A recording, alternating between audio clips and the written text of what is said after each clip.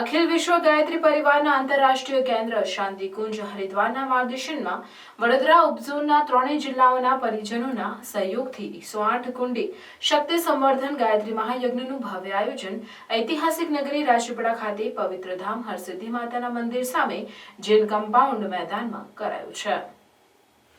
જેમાં વિવિધ કાર્યક્રમો જેવા કે જાહેર જનતાની મુલાકાત માટે વિવિધ પ્રદર્શનીઓ, પુસ્તકોનો મેળો, વિવિધ સાંસ્કૃતિક કાર્યક્રમો ઉપરાંત કળશ યાત્રા, જ્યારે ધ્વજારોહણ, દેવપૂજન તેમજ ગાયત્રી યજ્ઞનું આયોજન કરાયું. ઉપરાંત યુગ નિર્માણમાં યુવાઓની ભૂમિકા ગીત સંગીત સાથે યોજાશે, જ્યારે ગાયત્રી યજ્ઞ, દીક્ષા અને વિવિધ સંસ્કારો, નારી સશક્તિકરણ અને મહિલા સંમેલન ઉપરાંત રાષ્ટ્ર જાગરણ, દીપ યજ્ઞ, ગાયત્રી યજ્ઞ અને વિવિધ સંસ્કારો, નશા નિવારણ અને જન્મ શતાબ્દી સંકલ્પ ઘોષણાના વિવિધ કાર્યક્રમો પણ યોજાયા હતા. આ અંગે રાજેશ ભાવસાર, સંયોજક, વડોદરાએ માહિતી આપતા જણાવ્યું હતું કે દુર્બુદ્ધિગ્રસ્ત માનવી સમાજને ઉપયોગી થવાને બદલે સ્વાર્થવશ સમાજને પીડા આપવામાં વ્યસ્ત રહેતો હોય છે. માનવ માત્રમાં સદબુદ્ધિનો વિકાસ થાય તે માટે વર્તમાનમાં યુગતીર્થ શાંતિકુંજ હરિદ્વારના માર્ગદર્શક શ્રદ્ધેય શૈલ જીજી અને શ્રદ્ધેય ડોક્ટર પ્રણવ પંડ્યાજીના આશીર્વાદથી ગુજરાતની જીવાદોરી સમાન સંતો, તપસ્વીઓ, સિદ્ધો અને યોગીઓને પ્રિય એવી અતિ પવિત્ર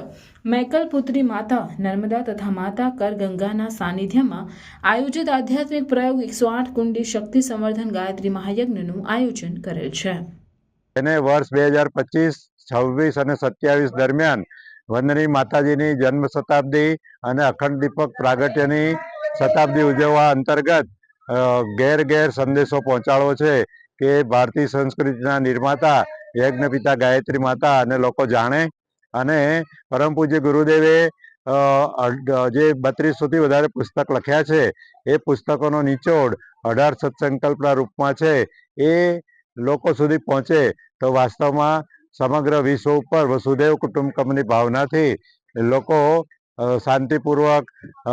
જીવન જીવી શકે અને ધરતી પર સ્વર્ગનો અનુભવ થાય એવી આ પ્રક્રિયા છે, એવું આ જન આંદોલન છે. રાજેશભાઈ ભાવસાર, વડોદરા ઉપઝોન સંયોજક.